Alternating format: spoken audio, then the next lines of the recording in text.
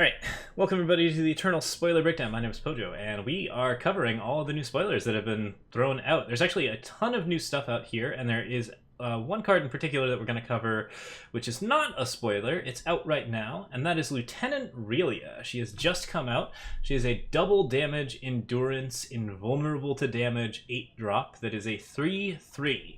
So effectively something like a 6/6 or an 8/8 depending on what's going on, but the fate ability of her is that if you have drawn 2 or fewer power cards, you create and draw a Justice Sigil, otherwise Relia gets +1/+1. So if Relia is in your opening hand and you just have 2 power, then you pick her up and you also pick up a Justice Sigil.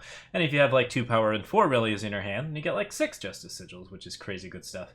Okay, so there's a lot to break down with this card about what's going on. First off, the 8 cost is pretty heavy. Like, that is a very deep cost for a card. And, you know, you do want things that have a lot of impact at 8 typically, but Relia has a couple of things going for her that makes it a little bit more helpful to play her. I do think she'd be a little better at 7, just because 8 is very, very hard to reach in comparison to 7, even in decks that can actually do a lot of power seeking. But overall, she's not too miserable in terms of what she's doing. So she's effectively a 3/3 double damage endurance with invulnerability to damage. That's a lot of different things to unpack, but what I would say in terms of evaluating it, you should evaluate her health as being very, very high. Her attack as being exactly double, like you should definitely call her a 6-drop or like something along those lines. She's a 6 attack unit at the very least, usually an 8 attack unit, and she benefits extremely well from other synergies, which is to say cards like Finest Hour, any type of Berserk effect, any type of attack buff, basically anything that buffs up Relia is really, really helpful, which means that she behaves really well with weapons and Deep Forge Plates and all sorts of other cool things. Giving her Overwhelm is kind of brutal. She's going to be really good with a couple of the cards that we're going to talk about in the upcoming set, and that's actually been true of most of the promo cards. They seem to have been designed pretty forward and are really pointed at the upcoming set. So like we got this cool green-blue card, Svetja, and the Huru banners, or the Huru crests are coming, and there's a bunch of cool stuff in Huru that's going to happen for Svetja that's going to really help that deck out. Relia, in addition, is also really cool for large Justice piles and large Huru piles. Okay, so the way that Relia works is that she saves hands, and that's actually, okay, that is what's really good about her. So functionally, I think there is this opinion that Relia is very underpowered because her overall stat line is pretty vanilla. Like, as an 8 cost, she basically behaves as an 8/8 most of the time, which is to say, if you draw her, she's very frequently just kind of a big dude that doesn't do anything but has endurance. And it can't be killed by fire units, which is really, really good, but its overall position against removal pile decks is pretty weak. And anything with silence is fairly weak as well, because if she gets silence, she loses a lot of her viability. She still's a 4/4, which is fairly reasonable overall, and you should generally evaluate her as a 4/4 over a 3/3, but I would say that typically, you know, that's not great if she's up against silence or removal pile setups, and that is where she's absolutely the weakest. However, that fate ability, drawing the Justice Sigil from your deck, is what makes Relia really powerful, and the reason for that is because she is well capable of saving hands that would not otherwise be savable, being a large unit in a hand that doesn't otherwise need large units, and really fixing your power in a way that's very, very beneficial to you. So you can use Relia in most decks in place of cards that you would otherwise be running, like, say, Seek Power or Roland's Favor, to ensure that you are getting to your 3s and your 4s. So if you're just playing, like, straight mid-range stuff, you're not even trying to get to 8, then Relia is a thing that can make your opening hands a lot better and have, like, a lot of decent safe stuff. And then very late in the game, she comes out and she's gonna be fairly reasonable. So if you're playing, like, straight aggro stuff that just runs, like, Unseen Commandos, Valkyrie Enforcers, cards that are really doing a lot at 3, there's a pretty decent chance that she might actually be okay in that deck as your only 8-drop or your only drop above 6, just because she's pretty nuts if you do play her down in the late game, and her advantage in the early game is the ability to just fix for you and do some good things. So you get a little bit of something out of that, and you might be able to do something cool to discount her or basically make her benefit. I think that's probably one of the places that she might go. She's also pretty okay in any type of justice-based deck that really wants to get to its 7s and 8s very frequently. So if you're playing the Huru 7s list that we use on YouTube, this is a really good spot for Relia, where she's sitting in a spot that she can set up Icaria's. Icaria, the Valkyrie captain, and Lieutenant Relia work very, very well together, because Icaria benefits a lot from having a lot of justice in your deck, and Icaria also helps you get to Lieutenant Relia, which means that you can play her out and get some benefits out of that. So, like, this card is just usually going to be some amount of gas. It does not die to most things, and it's a really, really good top deck / final play. So if you're playing, like, a ton of good justice units in, like, a mid-range setup, then Relia comes down at a time when your opponent is kind of hurting and can really, really wreck their day and do some bad things to them. It's also yet another really good Justice card that behaves well against armory weapons, so Auric Runehammers and Sword of the Sky Kings and all of that kind of stuff has a lot of problems with this. Any sort of ground-based strategy has a lot of problems with this. So Relia is kind of the good, like, block things up on the ground and still attack in every turn, get a lot of value. This card will be pretty decent if you get it on 8 and your opponent doesn't have a good answer to it. It will just sort of win that game if you are not seeing a hard answer. That being said, it does of course have the problem of the hard answer, so the primary value of it is if you get it in your opening hand, or if you get it in a situation where you haven't drawn 2 or fewer power cards. Or, sorry, if you haven't drawn the 2 or more power cards. So, yeah, there's some unreliability in her kit, but I think she's a lot stronger than she looks, and I think that she might end up as a staple in some particular deck in set 4, or, you know, like, maybe even in set 3, although there's only, like, 2 weeks to find a meta deck for her, and, I mean, like, Relia is gonna, like, we've only got 1 copy so far, so, like, it's gonna take a bit for Relia to maybe make it into the whole set, but yeah, I could see her in some interesting tournament decks. I actually think that she has a lot more power than she looks like she has, and that reliability that she adds to other decks is just really reasonable. This is potentially a pretty good card. The weaknesses to her are pretty obvious. Like, she definitely is bad against silences, bad against hard removal. If those are common in the meta, really is not going to be as good. But, like, overall, like, I think she does add something to a lot of decks that might need her, and there are going to be plenty of decks that can use Relia and feel pretty good about it, even in, like, 2s or 3s. So, seems pretty good. Yeah, so that card is out right now. That's our promo card. That is not a spoiler. We're talking about the spoilers now, and there have been quite a few of them. Let's start with the first one, which apparently I haven't covered yet, and I'm very surprised. It is. Hang on a sec.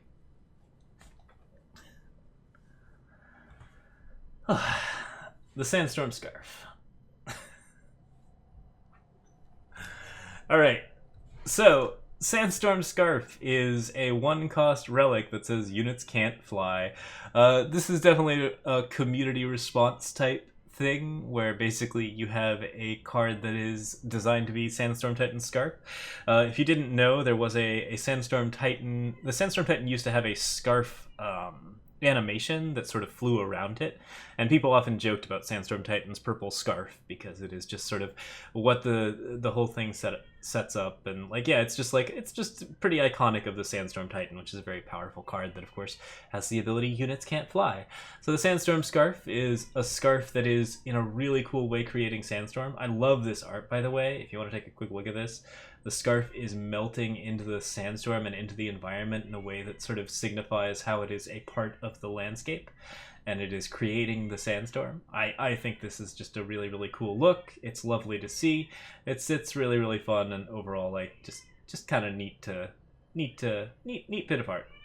So, as a 1-cost relic that you play maybe one of in your deck, you could play multiples of it if you were really, really annoyed with flyers.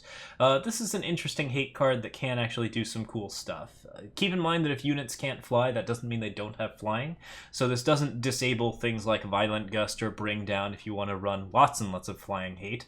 Overall, it does mean that you can run some interesting ground-based time strategies and not have to worry as much about your fairly pretty bad flyer setup. Like, Time does not have a lot of good flyers in general. So this is kind of good for tokens and other things like that. You can definitely run one of it. You can run 2 to 3 of it even, and get better results than you might get out of Infinite Hourglass, which hates on significantly fewer cards.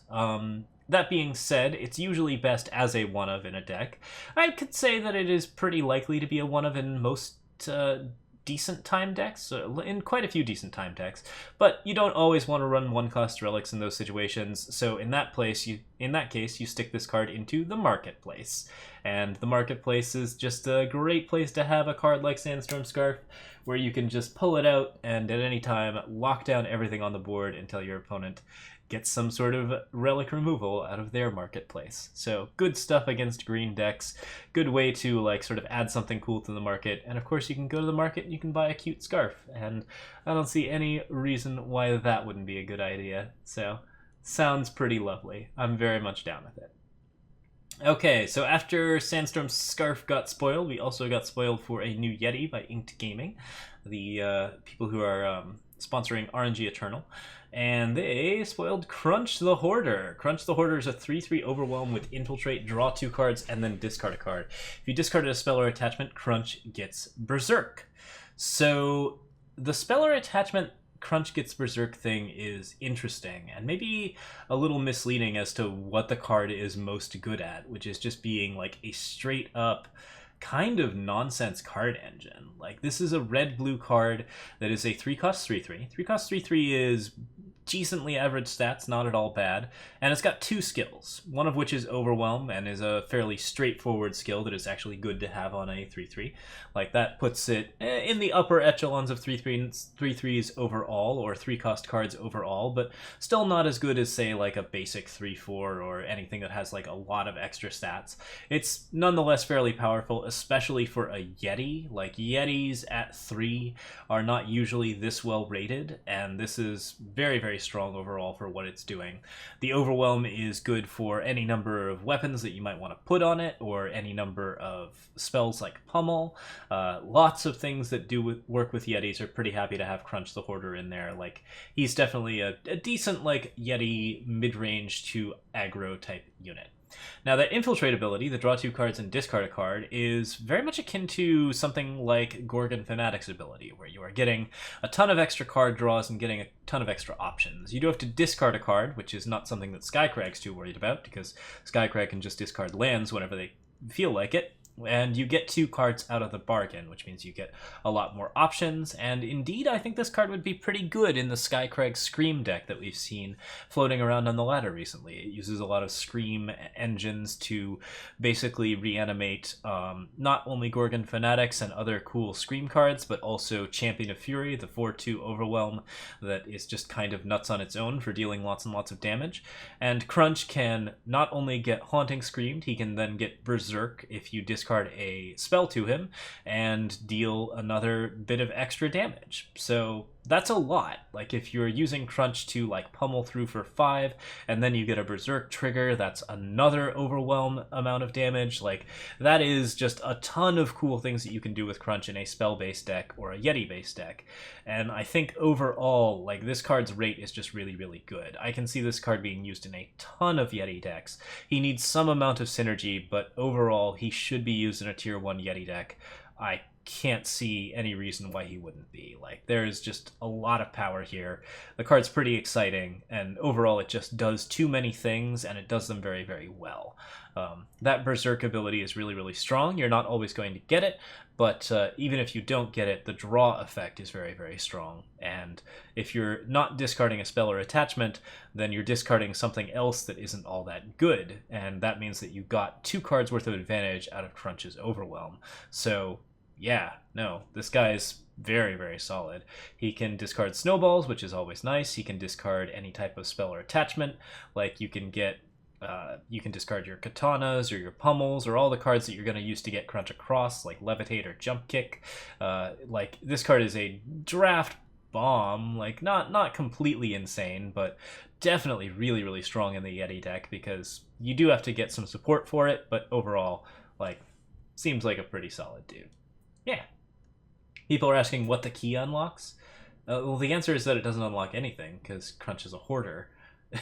Like that's how hoarders work. You collect a bunch of stuff and it's not useful for anything. You're much better off throwing it away, in fact. Okay, so yeah. Next up, do we have the standards? No, we have one more card. End of the line. End of the line is a Lifesteal Warp 6-drop in Shadow that deals 3 damage to 2 enemies, requires double Shadow Influence, and has a tribute of deal 4 damage to 2 enemies instead. This card was not terribly meaningful when it got released originally. Like there was an issue with the rendering and it didn't have lifesteal. But with lifesteal, it's actually significantly better. I'm pretty up on this card overall. So the way that this most likely works is that the tribute means that if you are attacking with a bunch of smaller units, you get to tribute End of the Line pretty easily into a good trade. So you attack a 3/3 into a 6/6 or a 7/7. Your tribute gets you 4 damage to 2 enemies, which means that you can deal direct damage to your opponent, which is very, very good. You gain 8 life, which is also pretty solid. You warp the card off the top of your deck, which is straight card advantage. And if you use it to kill 2 units, then you get significantly far ahead. End of the Line's top end is 3-for-1 card advantage. Its bottom end is 0-for-1 overall, but it still gets you, a good 6 life. It does something to the board. It probably kills something. It's very, very likely to kill something, I would say, overall, which makes it a relatively okay control to mid-range card. Like, I think that just the potential of this card to absolutely set up all of your ridiculous removal and get you into a situation where you're doing really, really well in the top deck wars is pretty strong. Like, you can use this to do Black Sky Harbinger level stuff where you just kill some small units, basically just wipe out a Rakano deck, and then you not only got the 2-for-1, you also maybe got the warp off the top, and if that happens, then you're on a 3-for-1, and you're doing that in Feln, where all of the single target removal is, and your 1-for-1s are just always extremely good. So, yeah, like, that's a reasonable thing to have as a 1 or 2 of in a deck. I don't think it's a 4 of in most decks, but I do think that you could potentially play this in some good control decks and get some good results out of it. It does have lifesteal, so it plays okay in Life Force decks. It doesn't trigger lifesteal multiple times, but it's nonetheless going to be pretty okay for that. Look out for this card. It's definitely doing, once again, a lot of stuff, and that's something to pay attention to. It's pretty modular overall. Like, it may not get the full warp value, but the little value on it is pretty decent. And if we look at cards like Spirit Drain that we've seen before, like Spirit Drain is a really, really, really solid draft card that does something very similar to this, except significantly worse. End of the Line has a lot more setup, or at least it has a lot more potential setup, but even at its bare minimum, it's doing typically some cool 2-for-1s and being fairly relevant on board. I think this card is just pretty well suited to particular setups, to particular meta setups where you are seeing a lot of Rakano and a lot of like that sort of mid-rangey slush. But it's going to be dependent on meta as to how many you're running, and I'd say overall it's probably not going to be higher than like a 2 of. Nonetheless, it's pretty powerful. It's a decent legendary, and I think it actually could see a decent amount of play. All right. Whew. So, yeah, also we got Vara art here, and Vara is not looking like she's doing well. We can probably expect to see a new Vara Scion. She's one of the only Scions that hasn't gotten any sort of update. Like, we were expecting to see a Vara and a Roland, and then Roland bit the dust. So, yeah, I think we're probably going to be seeing a new Vara, and it looks like this is a new Vara card. And it doesn't look like Vara's journey is ending particularly well at the moment, although Vara has always had this sort of shadow aspect to her magic where she is doing kind of terrible things to people and then maybe still being the good guy. I don't think that's what's happening here. I think she's eaten cultists and has apparently embraced the ways of the Xenon, but we'll find out for sure later on, and could be cool to see. Alright, anyways, next up. Oh, that art is nonetheless very pretty. Oh, Jawbone Greatsword. Alright, Jawbone Greatsword. Basically everything after this card is going to be a 2 of. Like, we have a number of cards that create things, and so we're gonna probably change our format a little bit and add a second image. Let's see if I can do that.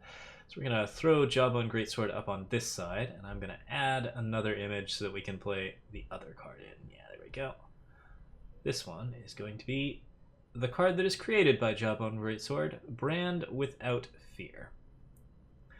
Alright, so Jawbone Greatsword is a 5/2 4-cost with double red influence that creates a card called Brand Without Fear. And Brand Without Fear is an 8/6 Berserk that has Summon. You may sacrifice another unit to give Brand Overwhelm.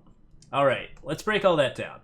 First off, 4-cost 5/2. That's a pretty reasonable stat line for a relic weapon. Like, Auric Runehammer is very, very, very good because it is a double setup that just happens to kill a lot of good stuff. And Magma Javelin is fairly on the weak side, but can be used in some popper aggro decks if you want to kill just single target units and get you ahead of the game. Like, you could play it in like an Eternal Basics list and feel okay about it and actually get Master with it. I would say that it's not like the greatest 4-drop in the world, but having that level of removal can be very, very solid. What Jawbone Greatsword is doing is in straight mono red and basically any variant of fairly heavily red flavored cards, giving you a much better Magma Javelin, which, yeah, cool. It's a solid legendary just on that front because it gives you something to do in the mid-range that's going to give you a decent amount of aggression and a good removal. The 2 armor doesn't really matter much more than the 1 armor. It's usually not going to make a difference unless you're killing tokens, but yeah, and if you're killing tokens, you're probably getting attacked back. But the 5 damage does mean that you kill some things that you wouldn't otherwise be able to kill with a Magma Javelin or Runehammer. Overall, the card's rate is still not that amazing. Like, relic weapons are just pretty like, it's pretty hard to get a good relic weapon at 4 that doesn't deal like a huge amount of damage, but 5/2 is still pretty on the strong side. So even before this thing creates Brand Without Fear, this is a reasonable card. The tribute here is actually pretty hard to get, and that's actually the reason why maybe this is a tricky one to do, like, because oftentimes if you're going to use a relic weapon, you're going to use it to clear out something to get your tribute, and that's not going to happen here because Jawbone Greatsword has to be created after the fact. Very similar to Jawbone Hatchet, actually, which requires you to attack in and do something before you can play your particular setup. So this is a reward for aggro and a reward for playing kind of aggressively, but you might just play it as a Magma Javelin and feel okay with that. That being said, if you get the tribute, the 8/6 Brand Without Fear is a really, really solid legendary that you're probably going to be playing late in the game. So if you are ending up in a lot of bad attacking situations, you can still clear out a fairly annoying unit with your trade-in, and then you can get yourself a much better unit for later to play against your opponents. So yeah, that's good value. It seems hard to believe that this is not going to be a fairly reasonable card in aggressive red decks. That being said, a 7-drop is still hard to play, especially in red where you're trying to kill things, but the 7-drop is very powerful. 8/6 Berserk is nice. It's got that potential overwhelm ability. Again, you have to sacrifice units, which means that you're probably going to want to play this in like tokens in a weird way, but if you get that overwhelm, then an 8/6 Berserk is absolutely just ridiculous, and yeah. No, it's pretty crazy stuff. So, yeah, I don't know if this card is going to be as good as it seems like it's going to be. There's an awful lot of stats attached to it, and that's just kind of crazy. If your opponent can't answer it, then by all means, it's going to roll over them in so many different ways. That being said, there are a lot of different moving parts that have to be fulfilled to make this work. Like, you do want the tribute, you do want the summon sacrifice. Brand Without Fear kind of like, yeah, does allow for other tributes to happen, but more or less, like, that's a lot to do just to get Brand out. And although you will be, of course, getting your card-for-card trade, Brand may die pretty easily to some sort of hard removal. There's not a lot there that's going to protect him. Nonetheless, he's got a lot of health. He's got a really, really good attack trigger. He clearly just takes the game immediately if he's not answered. And yeah, he's relatively powerful for a card that's being played off of a free 4-drop that's almost certainly going to trade with something. So yeah, there's a lot to say about this card. I would say overall, you're mostly going to be playing as a Magma Javelin, but every time you get the Brand, it's bad news for your opponent. So, all right, next up. So that is everything on the I believe, regular spoiler line. The next thing that we want to cover is the tactics. We did have all of the tactics spoiled, so we've already seen Clan Tactic, the 2-cost, the depleted power that turns into a 2-cost lightning strike for 5. But there are more, and we're going to go ahead and show those off now. First off is Shugo Standard, a depleted fire sigil that transmutes into a Shugo tactic. Alright, so if you don't remember what transmute does, if you have 5 power or more, this card immediately transforms into the card that we're about to show you, which is Shugo Tactic, a +4/+2 overwhelm fast spell. Now each of the standards and tactics is going to turn into a fast spell, so it's going to be some particular trick that you get that your opponent is going to more or less know that you have, but is pretty likely to be somewhat beneficial to you in some way. Shugo Tactic in this case is a better Rampage. It's a +4/+2 overwhelm that happens to do a lot. Yeah, so each of these standards is based around a particular clan fighting for Argenport, or a particular faction fighting for Argenport. And I do want to talk a little bit about the flags, because I kind of like flags. I got into them a little bit over like listening to Hello Internet and CGP Grey stuff, and some of these flags are really good, some of them are pretty okay. This one's like right there in the middle. It's a decent look at a cool sword, and the standard is just very shiny. Each of the art in each of these is paired, by the way. Like the standard will be behind whatever's doing the tactic in that the other side, so that's always cool to note. But yeah, we're seeing the Oni and the Shugo here, and that's going to be lots of cool stuff. So Shugo Tactic, I actually think this is one of the more powerful tactics overall. Like, just because red is the color that most wants to turn things into very ridiculous nonsense, and like it's most happy to turn its sigils into ridiculous bonuses, and that +4/+2 overwhelm is actually really quite strong. Like, you get a ton of damage out of that. It's very hard for your opponent to deal with all of your units when you're playing mono red stuff, and if you have something in your deck that's going to get that +4/+2, it's relatively equivalent to playing something like a the 4/1 charge Magma Hound, but you could actually play both of those things and just a ton of 1 and 2 drops and get relatively good results out of that. I'd say this is probably a really reasonable fast spell, and it's up in the upper echelons of like the 5 tactics that we've been shown overall, even though it is relatively unimpressive in what it does. Like, the +4/+2 overwhelm doesn't seem like much, but it enables an awful lot of stuff, and it can do some really bad things to a lot of really scary cards, double damage cards, cards with Berserk, cards with Berserk in particular. Like, oof, man, this card is going to be insane with Berserk cards. And yeah, like overall, I think this tactic has a ton of strength and is probably going to be the most interesting, most used of the batch. There are some that seem a little bit better, but like overall, like that strength with Berserk and the ability to just be used in straight aggro, where you definitely want to use your standards, this might be the most powerful, even though other cards do better things, such as Cabal Standard. Cabal Tactic. Hello, Pojo from the future with a sore throat here. I had a crying baby in the background of the video, so we have to talk about this one again. But Cabal Tactic is the 2-cost that gives 2 of your units +2 strength and quick draw this turn. So it's essentially a split up Rapid Shot.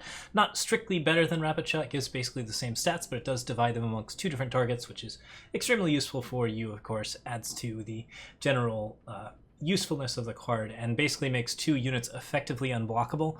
That's really nuts in the kind of like Stone Scar ridiculous archetypes where you have cards like Champion of Chaos and Argenport Instigator. You're establishing those nice and early. This does a lot of similar things to what Bandit Queen will often do for those decks. So you can actually build out boards and still have Cabal Tactic to rely upon if your Bandit Queens are discarded or thrown away in some way. You could go heavier on Vicious Highwaymen as a result of having Cabal Tactic and maybe go less Bandit Queens, although Bandit Queens are certainly definitely a very, very solid card in general. Yeah, overall, this card is, like, I said that the red one is going to be the most used, but the shadow one is probably the strongest of the batch. It has the most exceptional impact, just in terms of its ability to close out a game and its ability to give you, like, 2-for-1 trades off of a monument. Like, that's really quite bananas. It requires quite a bit of setup, and it requires you to have, like, the right type of deck to make that happen.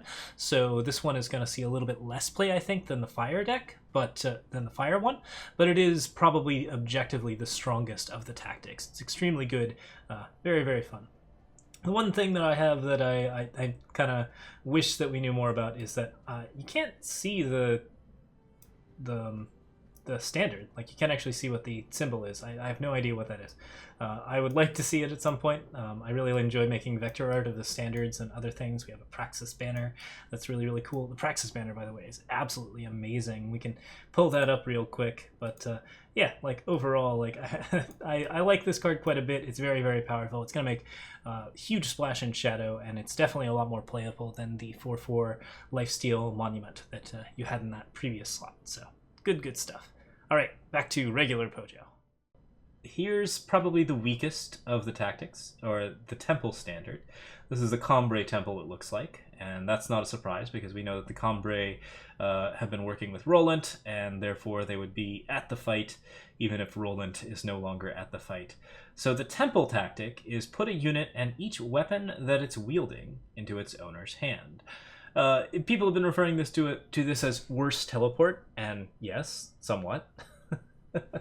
Like, there is a slight issue here of basically, like, one of the good things about teleport was that when used on an opponent's unit, it got rid of their weapons, and it basically made sure that there weren't any sort of weapon entombs. Like, if there's an Inquisitor's Blade, then they don't get to revenge their Inquisitor's Blade because the weapon goes into the void and the unit goes into hand. But on the other hand, nobody used teleport, so worse teleport isn't really what you're looking at. What you're looking at is better teleport for your own units, which might actually be decent. And that's sort of the question of where it is that we want to put our stuff. Temple tactic is definitely better used and better suited as a defensive weapon. That being said, I don't see it being used in that many decks right now. We don't have that much weapon support, but if you're playing, like, straight up Quartermaster with the ornamental daggers, cards like Spiked Helm and other ridiculous nonsense, like, Temple tactic can be used to bounce those cards back into your hand and easily protect them, which of course you will have that because like, you can just play, like, Quartermaster, Spiked Helm, and then Temple tactic right back and get some card advantage there. That's a cute deck that definitely could happen to, like, sort of run it. If you want to play yellow units with big weapons like Vodakin's Staff or other shenanigans like that, this is potentially going to be okay. I can see this in sort of like a Justice League style deck where you want to protect not only your unit but your weapons as well. And it means that you aren't going to get blown out for playing units with weapons in the way that you otherwise would be. So that's where it's used. The question is if you can actually handle the loss of tempo that you get from having your unit removed and having to save it with a Temple tactic. Currently, I don't think the answer is yes, but with a better look at what's going on with the upcoming cards, this card could be okay. It's definitely the weakest of the tactics, I think, under almost any circumstances, but if we see some cards that are really good in terms of weaponry, then Temple Standard will be a little bit better on that front, and we can use it defensively, as well as use it offensively in the same way that we would use Equivocate. Not necessarily going to do quite as much as Equivocate, but it's still going to delay people, and it's going to make aggressive yellow decks with weapons feel a little better on that front. Alright, last tactic is going to be the Justice one. And we were talking about Relia. Crown Watch Standard happens to be very good with Relia. Crown Watch Standard turns into Crown Watch Tactic, which is +3/+3 and Lifesteal. So, a little better than Infused Strike, the +3/+1 and Lifesteal. Overall, this is the kind of fast spell that you definitely want to get behind. Like, +3/+3 and Lifesteal is a big swing. People are playing Bloodletter in most Argenport lists, and Bloodletter is doing basically the same thing as this under most circumstances, except it's not allowing you to just suddenly surprise kill a unit and get a 1-for-1 trade. If you're going to play Bloodletter for just a huge amount of damage and life, and you're still going to be okay with that when it like goes away next turn with a hard removal spell, you're probably going to be pretty happy with Crown Watch Tactic when it gives you that same huge amount of health and life, and also kills an opponent's unit. Like, that's pretty good stuff. On the other hand, they do, of course, serve different purposes. Bloodletter is used to basically be beef for the Tavrod deck and other things like that. Nonetheless, I think that this card definitely belongs in a couple of different decks, and it's very strong in particular with Relia. I think that Relia is going to have a lot of fun with this, not only because Relia enables the transmute very easily, but also because like just having a bunch of Justice Sigils and transmute fate stuff, like, this is a good trick for any double damage unit, obviously, and it's also very good for any Berserk unit. Like, look at these attack buffs very carefully. These tactics are going to be really, really solid with Berserk, and we don't know the full extent of Berserk units, but thus far they've all been pretty dang good. Like, I can definitely see this in the Argenport deck that wants to turn 3 kill your opponent with Oathkeeper, Territorial Elf, Finest Hour Rapid Shot. If you want to throw Crown Watch Tactic in there as one extra buff, that's definitely pretty worth it. Gives you something cool to do with your Berserk cards and just do lots of shenanigans. The flag on this one's pretty cool. It is a Valkyrie Wings. I like this because the Argenport flag is actually a closed fist for Roland, and they appear to have changed up now that Roland has been arrested. That's pretty cool stuff. So yeah, the Crown Watch have changed their banner, and they have a pretty cool banner. It's also one of the better stylized ones of the batch, so very, very good stuff.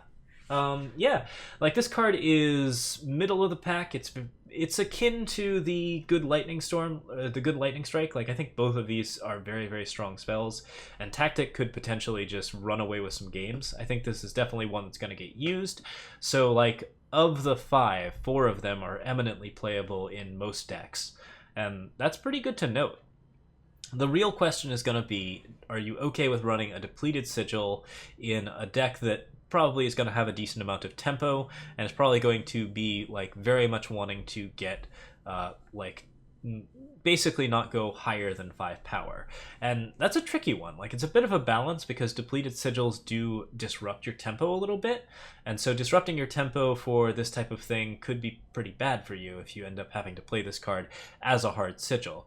But overall, like, I think the general mid-range strategies of the standards combined with Berserk cards means that these tactics are going to be relatively strong, and we're very likely to see a decent amount of play with them. I think they'll get a little bit more play than Monuments, and Monuments got a decent amount of play.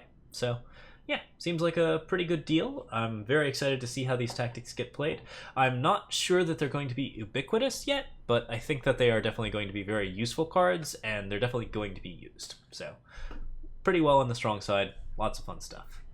All right, that is it for me, guys. Thank you so much for watching to the YouTube folks. That was a lot. I'm sure this is a very long video. I think we started at like 8, so it's got to be like 30 minutes long. Good grief. Yeah, there was a lot to cover. So we still haven't... I think there's still one mechanic that we haven't seen yet. And just a couple more surprises down the road. I got a message about my spoiler at some point, so I think we'll see one soonish. I'm not sure when. Should be within the next 2 weeks. I will be out for July, so don't expect me to be online then, or on Twitch then, but I will be uploading YouTube videos in the interim because I really want to be part of this launch. I'm very excited for it. I'm like, Eternal is coming out, and it's so good. So I'm a happy camper. Thank you guys so much for watching. I will see you next time.